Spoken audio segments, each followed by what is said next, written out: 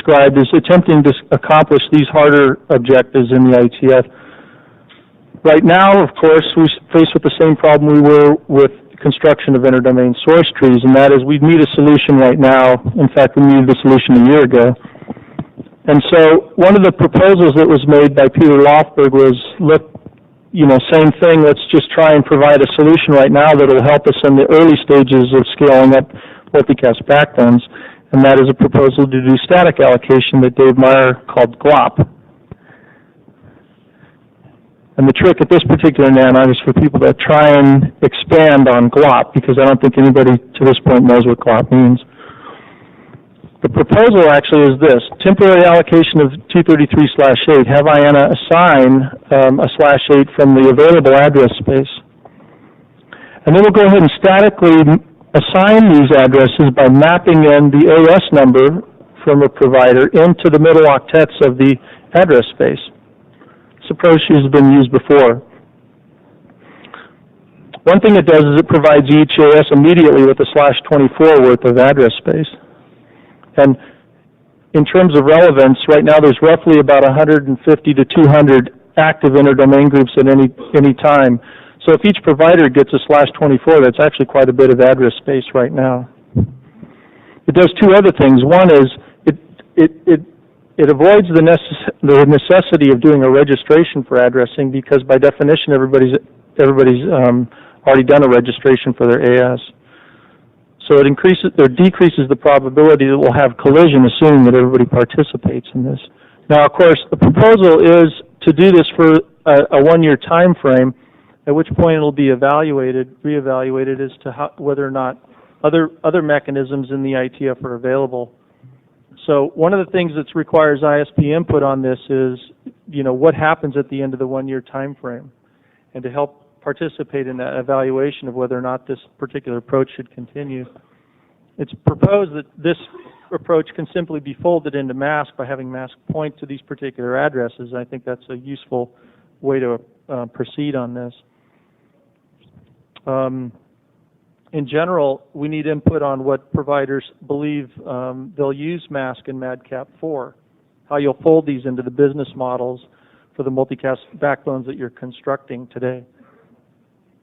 There is the problem in the short term of what happens if you need more than a /24, and of course many people have more than one AS, so the real issue is what happens if you need more than a /24 per AS. All right, and many of you have also described business models that in construction of your current multicast backbones where you're expecting to deploy permanently statically allocated address space. Okay, so it's very important at this point in time that we get operator input into all these particular address allocation issues. Now, of course, in terms of constructing a backbone architecture, the management plane is extremely important, and I'm not going to go into any detail on this. In fact, it might be a good topic for another IETF, or a different presentation. At this point, I'm just going to give a particular example of one requirement that we hear a lot about. So let's say that we've constructed these backbones and we're offering services now. How can we monitor the integrity of a particular multicast tree, ideally before the tree is in production, right, and without accessing a host either at the source or the receiver end? What we'd really like to do is detect a potential fault in that topology and then go ahead and isolate that fault and fix it before there's actually some production session that's in service. And toward this end, Liming Wei authored a protocol that's now in implementation called the Multicast Reachability Monitor. And it partitions the two tasks by doing fault detection and then some form of classification, so you get an idea about what type of fault may be in existence in a particular topology. In addition, then, by limiting the number of hosts that some subset of that distribution tree, it can actually work on finding the actual system or the region that's problematic, and then theoretically you can work on it. There's two types of components that MRM describes. One is called the manager. The functionality of the manager is to construct a test profile. So let's say that you're selling a multicast service to a professional content provider, and you know where that ingress point to your backbone is going to be, and in fact you know where multiple egress points might be for that particular topology, and you know the group that you could send on or whatever. So the manager constructs that information and then defines which particular routing nodes will be involved in a test of that topology, and then it can signal the start or the stop of that test. In addition, there's a component called the tester. This is typically a router that would originate traffic or sync traffic for the purposes of a particular test. So here's what that looks like in a diagram. If this is our backbone in ISPA, and as I mentioned, here's a source up here, what we want to do is to be able to look at the patency of that particular forwarding backbone. If we identify an MRM manager, now currently an MRM manager there's in a router implementation, so you can do it through a router. But a number of people are looking at implementing the MRM manager on an NMS or workstation or whatever it might be. The manager would send out a test request, and based on the profile of that test, the testers would involve themselves in the test as either a test sender or a test receiver. Test traffic is then generated that would mimic the topology that we would see in the actual production session.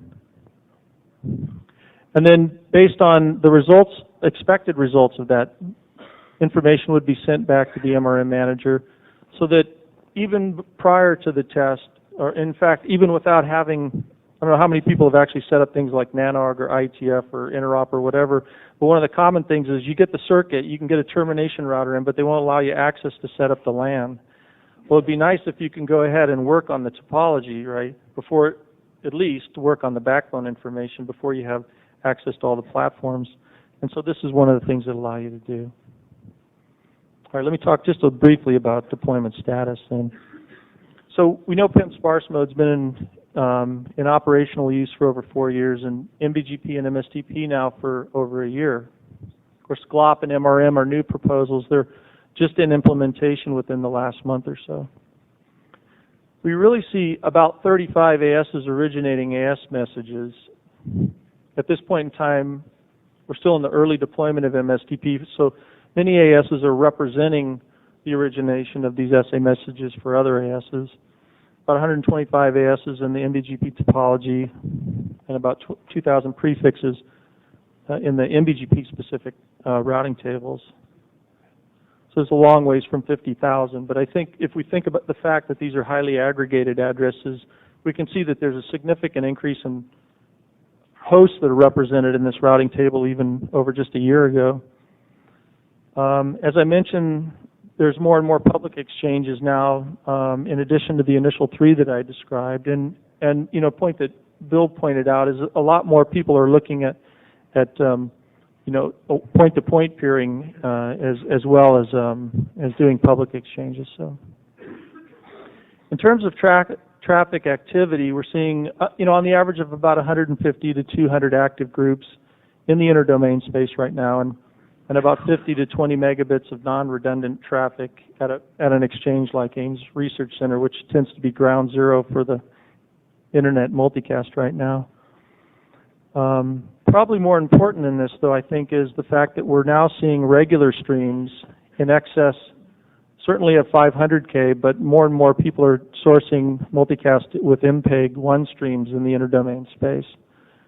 And I think that's important because, and it's possible as well because of the fact that people are taking PIM, MBGP, and MSTP now, and they're constructing these multicast backbones on top of some of the technologies that we talked about yesterday, so the high-speed backbone technologies. Right? As a result, the sourcing of a 1 megabit stream in multicast is an insignificant issue, really, compared to the fact, you know, say even just 1 year ago. But even closer to that, we're seeing examples that I'd like to sort of close out on here. The one that was done a couple of weeks ago by Ames Research Center.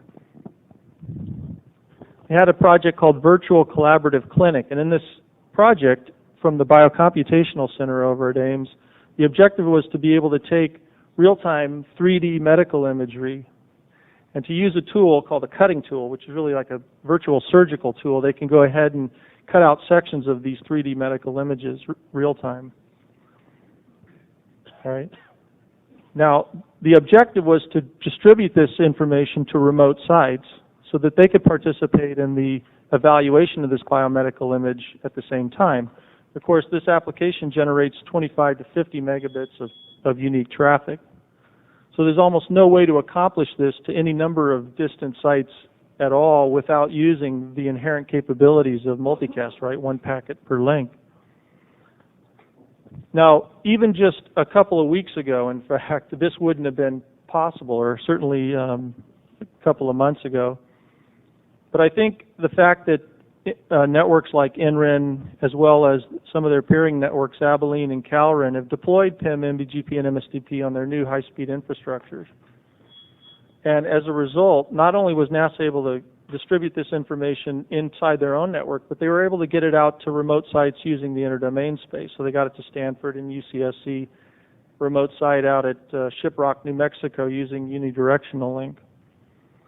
So I think this is an example of the fact that these new backbones are allowing applications that we wouldn't have seen even a few months ago to take advantage of multicast. Well, let me summarize. First point is the interdomain multicast is still a hard problem, and it's still actively being worked on in the IETF. Okay, so we don't have the long-term solution, but I think that's no excuse for looking at the fact that we also do have a solution for deploying production backbones for the amount of state that we have in the internet right now, doing that right now, using PIM, MBGP, and MSDP. Randy brings up an absolutely critical point, and I think a point that we need to keep in front of us as a main focus over the next half a year to a year, and that is we absolutely need to make multicast easier to deploy and support. It has to be logical. When you approach it in the router, you have to be able to logically understand it so that you can troubleshoot it. And I think both from vendor implementations as well as protocol, we need to address that. But in addition, I think a lot of that is, I mean, we have to look and face the fact we've got like generations of unicast internet experience available. And in terms of multicast, the equivalent amount of multicast experience, we can probably count the number of people on one hand that have that same amount of multicast experience. So what we really need is more operational experience. And certainly, whatever direction we go on, we need to continued input from the ISP community. Thanks.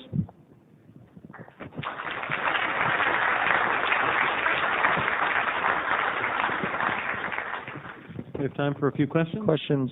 I see someone not wearing a tie-dye T-shirt. This is not Bill Finner. Hi. Actually, Get the mic on in just a second. Microphone. Hey. I'm not wearing a tie-dye, but I am still Bill Fenner. I just wanted to ask about the use of PIM version 2. Is there anyone using PIM version 2? And do you still have to use version 1 compatibility mode to play in the Big Eye Internet multicast stuff? No, but based on the protocols that I've described here, I mean, certainly there's implementation of PIM version 1 and PIM version 2, at least in Cisco. It's possible to set up PIM through whatever mechanism in the interdomain in your backbone and still participate in this particular approach using MSDP and MBGP in the interdomain space. But for example, if you're peering with the PIM version 1 domain, then you have to use PIM version 1 somehow on that border, or is there something else that's going to happen?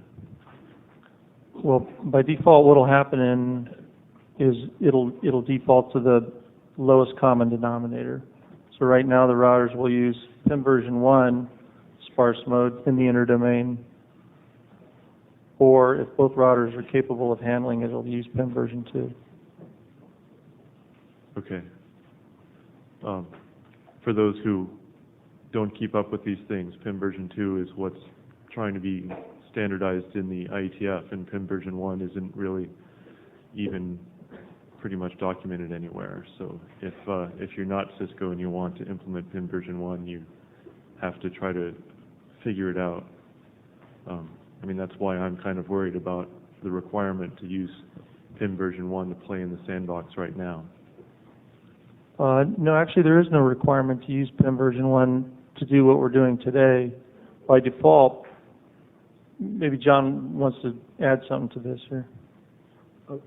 Now, I use PIM version 1, PIM version 2 all the time, right? And basically 12 12.0 in Cisco iOS is PIM version 2. The only difference between running PIM version 1 and version 2 is whether or not you use AutoRP. And Cisco recommends using AutoRP because my experience, I do the testing on it all the time. My experience is the use of a bootstrap router is a pain in the butt, trying to figure out how to make that work and being able to do scoping of RP information so that you can limit where you're going to have your RPs and how far your multicast groups are going to be distributed, and setting up all kinds of different domain boundaries. You find it a lot easier to do that with AutoRP, at least currently. So as far as running PIM version 1 and PIM version 2, it doesn't really matter. Sparse mode works because it just sends up a PIM version 1 router may not understand all of the information, but I've never had any problem with running PIM version 1 and PIM version 2 simultaneously. And as far as 11 whatever, since forever, PIM version 1 and PIM version 2 have been working for a long, long time. So there is no problem in that regard. Or that's my experience. Okay, so you're saying that someone who's running PIM version 2 in their domain pretty much has to depend, if they have, say, a router implementation that has PIM version 2 only because they haven't figured out what PIM version 1 does since there's no spec for it, they're dependent on their neighbor's border router to convert into PIM version 1 if that's necessary. So they're dependent on their interdomain neighbor being a PIM version 1/2 speaker.